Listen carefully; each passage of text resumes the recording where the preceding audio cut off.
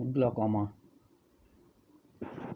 Glaucoma actually it is not a single disease but a group of disorder. Glaucoma एक ऐसी clinical condition है जब normal intraocular pressure जो varies करता है 10 से 21 mmHg, इससे ज़्यादा हो जाता है इंट्राऑकुलर प्रेशर, आँखों के अंदर दबाव ज़्यादा आने लगता है एक्वस ह्यूमर का, तो उस क्लिनिकल कंडीशन को हम ग्लाकोमा बोलते हैं। तो यहाँ पर या तो माल फॉर्मेशन है या फिर जो है मान फंक्शन है, तो आइदर देयर में माल फॉर्मेशन और देयर में malfunction of aqueous outflow system. तो एक्वस आउटफ्लो सिस्टम में यदि माल फॉर्मेशन है या माल फंक्शन है तो ऐसे कंडीशंस में ग्लोकोमा हो सकता है। अब यहाँ पर देखिए, this is the drain of aqueous, कि एक्वस जो है सिल्वरी बॉडी से यहाँ से पैदा हुआ और यहाँ से होता हुआ एंटीरियर चैम्बर से ट्रेबिकुलरी मैश वर्क से स्लैम्स कैनाल से होते हुए एक्वस वेन जा करके फिर इपिस्क्लेरल वेन में डिसअपियर हो गई। तो इस तरीके से ये एक्वस आउटफ्लो है। यहाँ पर दिखा रहे हैं कि एक्वस आउटफ्लो सिस्टम में जो पार्ट इन्वॉल्व है वो ट्रेबिकुलरी मैशवर्क है, स्लैम्स कैनाल है, एक्वस वेन है, इपिस्क्लेरल वेन है। तो इस तरीके से पैदा हुआ और यहाँ जाके एब्जॉर्ब, तो यही जो इसका जो सिस्टम है, जो प्रोडक्शन और एब्जॉर्बसन के बीच कहीं डिफ्रेंशिएशन पैदा हो जाता है, तो आगे चल करके यहाँ पर एंटीरियर चैम्बर में इस तरीके से प्रेशर बढ़ना शुरू हो जाता है, जिसको आप एक क्लिनिकल कंडीशन में बोलते हैं, जिसको ग्लोकोमा हो गया। कि ग्लोकोमा एक ऐसी क्लिनिकल कंडीशन है जिसमें कि जो है आँखों के अंदर का जो है प्रेशर, जिसको इंट्राऑकुलर प्रेशर बोलते हैं, वो 10 mm से 21 mmHg के जो बीच होता है वो उससे ज़्यादा जाने लगता है। इस कंडीशन को आप ग्लोकोमा बोलते हैं। यदि हम ग्लोकोमा को क्लासीफाई करते हैं तो दो तरीके से आप देखते हैं ग्लोकोमा को, आइदर देयर में प्राइमरी ग्लोकोमा, आइदर देयर में सेकेंडरी ग्लोकोमा। तो प्राइमरी ग्लोकोमा में बी ओपन एंगल और क्लोज एंगल, सेकेंडरी ग्लोकोमा में बी ट्रॉमेटिक, और ग्लोकोमा में be associated with other ocular disease like cataract, जो हमने कल भी डिस्कशन किया था, and another variety that is called congenital glaucoma. तो इस तरीके से primary glaucoma, secondary glaucoma and congenital glaucoma. तो open and close for primary and secondary, traumatic and second one the glaucoma associated with the other ocular diseases. तो this is the classification. अब बात आती है कंजेनाइटल ग्लोकोमा। तो ये है congenital या इसको डेवलपमेंटल ग्लूकोमा भी कहते हैं। ये बहुत रेयर कंडीशन होती है और कई बार मैनिफेस्ट विदाउट एसोसिएटेड एनोमलीज जो है ये दिखाई पड़ता है। ये छोटे बच्चों में है, जहाँ पर आप देख रहे हैं कि maldevelopment of the angle structure है, इसकी वजह से इम्पेयर्ड एक्वस फ्लो हो जाता है और आगे चल करके उनको रेज्ड आईओपी हो जाएगा, इंट्राऑकुलर प्रेशर बढ़ने लगेगा। अब यहाँ पर क्लासिफिकेशन क्या है, the tree congenital glaucoma 40% intraocular pressure become elevated in intrauterine life and child is born with ocular enlargement. बच्चा पैदा ही हुआ है तब से ही उसकी आँखें बड़ी हैं। दूसरा infantile glaucoma 50% it is manifest prior to child third birth. तो ये 3 साल के लगभग होगा तो वहाँ पर दिखाई पड़ेगा इन्फेंटाइल। एंड जुवेनाइल ग्लूकोमा 10%, जो कि आपको 3 से 16 साल के बीच दिखाई पड़ेगा। तो this is the description of the congenital glaucoma. अब यहाँ पर आईओपी बढ़ गया तो आप इसको डिफरेंट नेम से बुला लेंगे, न्यू बॉर्न ग्लूकोमा या इन्फेंटाइल ग्लूकोमा, जुवेनाइल ग्लूकोमा, जो भी हमने ऊपर आपको बताया। पैथोजेनेसिस में वही है कि यहाँ पर जो एक सिस्टम है, जो चैनल है, जो एक्वस का चैनल है, उसमें प्रॉब्लम आने लगती है आउटफ्लो एंड अब्जॉर्प्शन में। उसकी वजह से इस प्रकार का ग्लूकोमा बच्चों में अक्सर देखा जाता है। अब क्लिनिकल फीचर का जहाँ तक सवाल है, तो क्लिनिकल फीचर में बच्चों में फिर काफ़ी लैक्रिमेशन होने लगेगा, फोटोफोबिया होगा, जो जनरल सिम्टम है जो अक्सर आप देखते हैं डिफरेंट ऑप्थेल्मिक डिजीज़ में। अब कॉर्नियल साइन इंपॉर्टेंट है। यहाँ पर कॉर्नियल एडिमा हो जाएगा, कॉर्नियल इन्वॉल्वमेंट हो जाएगा और कभी कभी डेसिमल मेम्ब्रेन में काफ़ी स्ट्रिचिंग हो जाती है। स्क्लेरा थिन हो जाएगा क्योंकि प्रेशर है अंदर से एंटीरियर चैम्बर में, तो स्क्लेरा पतला हो जाएगा। फिर एग्जामिनेशन में आप देखेंगे एंटीरियर चैम्बर बिकम डीप हो गया क्योंकि अंदर प्रेशर है, तो लेंस भी पीछे जो है पीछे की तरफ पुश हो जाता है। आप यहाँ पे देख रहे हैं lens become flat because of pressure of aqueous, सामने एंटीरियर चैम्बर में प्रेशर है। तो ऐसे केसेस में जो है फिर आप यहाँ इन्वेस्टिगेशन किए जाते हैं, इंट्राऑकुलर एग्जामिनेशन होगा, स्लिट लाइन एग्जामिनेशन होगा, ऑप्थेल्मोस्कोपी होगा। तो ऐसे केसेस सर्जिकल केसेस होते हैं। तो यहाँ पर जो इम्पॉर्टेंट ट्रीटमेंट है वो है इंसिजनल एंगल सर्जरी एंड ट्रेबेकुलेक्टोमी। ये जो मेन जो सर्जिकल ऑपरेशन है ये है ट्रेबेकुलेक्टोमी या गोनियोटोमी। तो ये मेन ट्रीटमेंट ऑफ चॉइस है, जो 3 प्रकार का यहाँ पर ट्रीटमेंट होता है। तो ये कभी कभी आपको शॉर्ट नोट में आ जाता है, इन्फेंटाइल ग्लूकोमा या कंजेनिटल ग्लूकोमा के नाम से। तो ऐसे केसेस में ये बहुत रेयर केसेस होते हैं, आप इस तरीके का डिस्क्रिप्शन दे सकते हैं। अब जो मेन ग्लूकोमा है that is primary open angle glaucoma. इसको हम क्रॉनिक सिंपल ग्लूकोमा भी बोलते हैं, जहाँ की धीरे धीरे इंट्राओकुलर प्रेशर राइज होता है। और ये जो है यहाँ पर ओपन एंगल हम इसलिए बोल रहे हैं क्योंकि इसका एंटीरियर चैम्बर ओपन है। जो स्क्लेरा और जो आइरिस है इसके बीच आप देख रहे हैं यहाँ पर जो एरो बना हुआ है, इस तरीके से पूरा ट्रैक क्लियर है। तो इस तरीके से ट्रैक क्लियर है, इसलिए यहाँ पर कोई दिक्कत नहीं है, इसलिए हम इसको ओपन एंगल बोल रहे हैं कि किसी तरीके से लेंस और आइरिस के बीच देखिए आप पूरा स्पेस दिखाई पड़ रहा है, इसलिए हम इसको ओपन एंगल ग्लूकोमा बोलते हैं। ये धीरे धीरे बढ़ता जाता है और आगे चल करके पैथोलॉजी क्या डेवलप होगी, जब एंटीरियर चैम्बर जो दिखाई पड़ रहा है यहाँ पर पानी का प्रेशर जब ज़्यादा बढ़ेगा तो लेंस भी पीछे की तरफ चला जाएगा और साथ में कॉर्निया के ऊपर भी प्रेशर आता है। तो उसकी वजह से लेंस जब पीछे की तरफ जाएगा तो उसका कॉर्निया की तरफ प्रेशर आएगा और पीछे रेटिना है तो रेटिना के ऊपर भी आगे चल करके प्रेशर आने लगता है। तो आगे चल के कोपिंग ऑफ डिस्क हो जाता है, पीछे की तरफ रेटिना भी कंप्रेस हो जाएगा। तो कई बार हमने देखा है कि रेटिनोपैथी डेवलप हो जाता है और फिर आगे चल के सिम्टम आने लगते हैं। तो इस तरीके से पैथोलॉजिकल चेंजेस यहाँ पर आते हैं। तो यहाँ पर लिखा हुआ है पैथोजेनेसिस में आप देखिए जो रिस्क फैक्टर हैं इंट्राओकुलर प्रेशर के, family history, age, race, central corneal thickness आपको मालूम है कि हो ही जाएगी, cigarette smoking, thyrotoxicosis and cortical जो है रिस्पॉन्सिवनेस जो है, ये एक जो है मेनली प्रीडिस्पोजिंग रिस्क फैक्टर माने जाते हैं ग्लूकोमा के। इटियोलॉजिकल फैक्टर का जहाँ तक सवाल है तो अभी हमने आपको बताया कि ट्रेबेकुली मैस वर्क में कोई प्रॉब्लम हो गई है, उसकी वजह से जो है आगे चल कर के इस प्रकार का दिक्कत होने लगता है कि ट्रेबेकुली मैस वर्क में कोई प्रॉब्लम है या फिर ओवर प्रोडक्शन जो है इसका हो रहा है, लेस एब्जॉर्प्शन हो रहा है, तो वो भी एक रिस्पॉन्सिबल फैक्टर के रूप में होता है, जो कि हमने अपने आपको डेफिनेशन में ही क्लियर किया था कि जो है माल फंक्शन या इस तरीके से माल फंक्शन की वजह से या माल एब्जॉर्प्शन की वजह से या ओवर प्रोडक्शन की वजह से इस प्रकार का क्लिनिकल पिक्चर डेवलप होता है। कॉमन जो सिम्टम है ग्लूकोमा के, चाहे किसी भी प्रकार का ग्लूकोमा हो, सबसे इम्पॉर्टेंट चीज़ है आई पेन, आँखों में दर्द होना।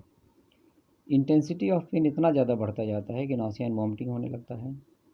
अब प्रेशर है लेंस के ऊपर, रेटिना के ऊपर, तो विजुअल इम्पेयरमेंट होगा ही होगा।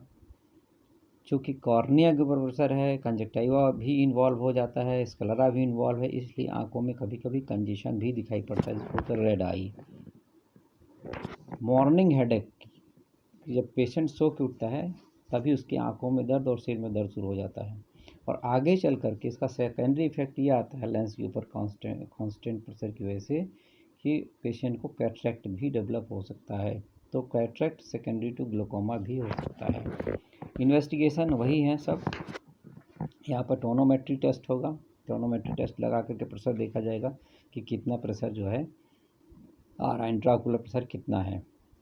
साथ में कॉर्नियल थिकनेस चेक किया जाएगा, गोनियोस्कोपिक एग्जामिनेशन होगा, मतलब ऑप्थेल्मिक एग्जामिनेशन होगा, एंड ऑप्टिक डिस्क चेंजेस का डॉक्यूमेंटेशन होगा एंड पेरीमेट्री होगा। तो ये जो है इम्पॉर्टेंट जो है इन्वेस्टिगेशन इस केस में किए जाते हैं।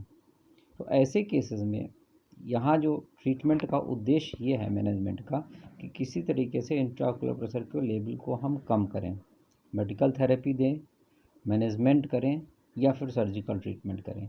तो पहले ऐसी दवाइयाँ हमको पहले मैनेजमेंट पेशेंट का करना पड़ता है कि उसको एक्सेस साल्ट रिस्ट्रिक्शन कर दीजिए, एक्सेस वाटर रिस्ट्रिक्शन कर दीजिए, डायरेटिक्स पेशेंट को दीजिए, ज़्यादा यूरिन लाने वाली दवाइयाँ जिससे कि जो है इंट्राओकुलर प्रेशर कम हो, नमक आपने बंद कर दिया, सोडियम साल्ट रिटेंशन कम हो गया, एक्सेस पानी बंद कर दिया जिससे पानी अंदर ना जाए। फिर ऐसी दवाइयाँ देना है जिससे कि जो है जो इसका प्रोडक्शन है वो उस पर भी कंट्रोल रहे। तो मॉडर्न मेडिसिन में तो अलग तरीके का कॉम्बिनेशन थेरेपी चलता है जिसमें इस तरीके के प्रोडक्शन को रोकने का कोशिश होता है, लेकिन होम्योपैथिकली ट्रीटमेंट भी हम इसका करते हैं। हम बहुत सारे केसेस में एपिस का इस्तेमाल करते हैं, नेट्रम सल्फ का इस्तेमाल करते हैं, जो काफ़ी हद तक कारगर है। लेकिन मेन ट्रीटमेंट भी हमको सर्जिकल ट्रीटमेंट को भी मानना पड़ेगा, क्योंकि ऐसे केसेस में सर्जिकल ट्रीटमेंट काफ़ी कारगर है। तो यहाँ चूँकि अभी हमने बताया था कि ट्रेबिकुलर मैस वर्क में भी प्रॉब्लम हो सकती है, इसके पीछे जो रिस्पॉन्सिबल फैक्टर के रूप में है, इससे ट्रेबिकुलक्टॉमी जो है ट्रीटमेंट ऑफ चॉइस हो सकता है, या फिर फिल्ट्रेशन ऑपरेशन होगा जिसकी जिसकी जिसकी कारण जो है आगे चल करके ट्रेबिकुलर मैस वर्क में या किस तरीके की कहीं कोई रुकावट हो रही है अब्जॉर्प्शन में, तो वो भी क्लियर हो जाएगी। तो जो यहाँ मेन ट्रीटमेंट ऑफ चॉइस है दैट इज़ ट्रेबिकुलक्टॉमी। दूसरा जो आता है प्राइमरी क्लोज एंगल ग्लूकोमा। ये तो बात हुई थी open angle. Close angle glaucoma में देखिए यहाँ पर एंगुलेशन काफ़ी क्लोज है, लेंथ दिख रहा है, उसके बाद यहाँ पर आपको ब्लॉकेज दिख रहा है, आइरिस काफ़ी चिपका हुआ है लेंस से, इसलिए ये एंगल जो है क्लोज हो गया। जबकि इधर लेफ्ट वाले फिगर में आप नॉर्मल एंगुलेशन देख रहे हैं, जबकि राइट वाले फिगर में आप राइट साइड में देखिए यहाँ पर ब्लॉकेज आपको साफ दिखाई पड़ रहा है। इसलिए हम इसको क्लोज एंगल ग्लूकोमा बोलते हैं, क्योंकि यहाँ पर काफ़ी क्लोजनेस है, ऑब्स्ट्रक्शन हो रहा है आउटफ्लो में, इसलिए इसको हम क्लोज एंगल ग्लूकोमा बोलते हैं। पैथोजेनेसिस में रिस्क फैक्टर वही है, एज, जेंडर, रेस। अब ये जो है ऐसे लोगों को होता है जिनकी हाइपरमेट्रोपिक आइज़ होती हैं, स्मॉल आइज़ वालों को भी इस प्रकार की, जिनकी आंखें छोटी होती हैं उनमें भी इस प्रकार का ग्लोकोमा देखा जाता है, जहाँ की एंटीरियर चैम्बर जो है काफ़ी नैरो होता है। तो आइज़ विथ नैरो एंगल भी बहुत रिस्पॉन्सिबल फैक्टर के रूप में जो है देखा जाता है। हेरिडिटी भी कई बार होता है। तो इस तरीके से इस ग्लोकोमा के पीछे जो मेनली रिस्पॉन्सिबल फैक्टर है वो सबसे ज़्यादा देखा जाता है जिसमें कि हाइपरमेट्रोपिक आई होती हैं या जिनकी आंखें छोटी होती हैं, उनमें ज़्यादातर जो है ये देखा जाता है। अब बात आती है सिम्टम्स की। तो सिम्टम सेम है वही जो भी हमने आपको बताया कि सिम्टम जो है धीरे धीरे जब आईओपी बढ़ेगा तो ग्रेजुअली धीरे धीरे सिम्टम बढ़ेंगे, जो भी हम आपको कॉमन सिम्टम सब बता चुके हैं पहले कि किस तरीके से सिम्टम ग्रेजुअली डेवलप होंगे। तो यहाँ पर लिखा है eye ball remain white and painless initially, लेकिन बाद जैसे जैसे डेवलपमेंट होगा तो ये इसमें भी चेंजेस आएंगे। ऑप्टिक डिस्क हो जो है ग्लूकोमेटास कोपिंग, क्योंकि पीछे की तरफ प्रेशर डालेगा और आगे चल कर के कोपिंग ऑफ डिस्क होने लगेगा, मतलब कि रेटिना पीछे की तरफ जाएगा तो विजुअल फील्ड डिफेक्ट पैदा हो जाएगा। तो इस तरीके से विजुअल फील्ड डिफेक्ट पैदा जब होगा तो सिम्टम आना शुरू हो जाएगा, जो भी हम आपको पहले भी डिस्कस कर चुके हैं कि आँखों में दर्द होना, फिर सिर दर्द होना, मॉर्निंग हेडेक होना, साथ में नौशिया वोमिटिंग होना, विजुअल फील्ड डिफेक्ट होना, और आगे चल कर के इसमें कैटरेक्ट डेवलप होना। कोपिंग ऑफ डिस्क जैसे ही होगा तो जो है विजुअल फील्ड डिफेक्ट आना शुरू हो जाता है, आँखों से दिखना कम हो जाता है। तो जैसे कि हिंदी में इसको कांच बिंद व्यू इसीलिए बोला जाता है कि आँखें काफ़ी टेंस हो जाती हैं, कॉर्निया काफ़ी रिजिड हो जाता है, टेंस हो जाता है, स्ट्रेच्ड हो जाता है, आई बॉल थोड़ा सा फॉरवर्ड कर जाती है, इसलिए कॉर्निया साइड से, क्योंकि काफ़ी स्ट्रिचिंग अंदर की तरफ आ जाती है। तो ऐसे केसेस में ये केसेस सर्जिकल होते हैं और यहाँ पर लेज़र आयरोडेक्टोमी करना पड़ती है, क्योंकि आपने देखा था आइरिस जहाँ पर काफ़ी कंजेस्टेड है, इसलिए यहाँ पर लेज़र आयरोडेक्टोमी करनी पड़ती है, ट्रेबिकुलेक्टोमी करनी पड़ेगी एंड प्रोफाइलेक्टिक लेज़र ट्रीटमेंट भी करना पड़ता है। तो दीज आर दी ट्रीटमेंट, जो मेन ट्रीटमेंट ऑफ चॉइस है वो है लेज़र आयरोडेक्टोमी और ट्रेबिकुलेक्टोमी। तो ये जो है मेन ट्रीटमेंट ऑफ चॉइस है क्लोज एंगल का।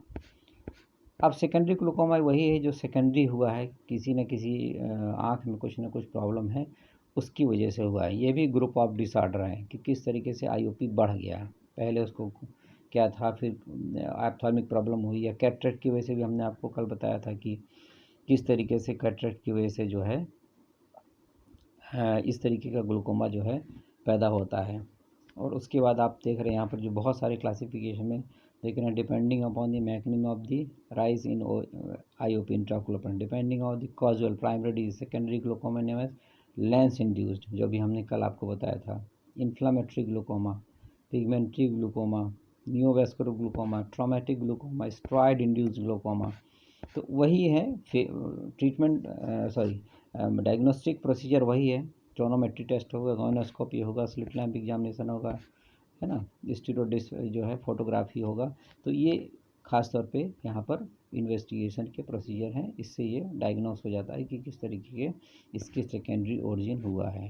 मैनेजमेंट में वही चीज़ है, salt restriction, avoid excess water intake, avoid exertion, take rest. Medical treatment में लेज़र जो भी हमने आपको बताया, ट्रेबेक्टोमी, फिल्ट्रेशन सर्जरी, वही सेम ट्रीटमेंट है। अब होम्योपैथिक ट्रीटमेंट में जो मेन मेडिसिन है वह है aconite napellus, belladonna, bryonia, conium, gelsemium, phosphorus, phytolacca, rhododendron. अब देखिए एकोनाइट नेप्लस का ये description, belladonna, phosphorus, gelsemium, conium maculatum, bryonia alba, phytolacca, rhododendron and these are the important medicine for the glaucoma। तो ये काफ़ी इफ़ेक्टिव मेडिसिन है जो glaucoma में बहुत अच्छा रिजल्ट्स भी देती हैं। तो this is important question for examination point of view, और इसको आप तैयार कर लीजिए।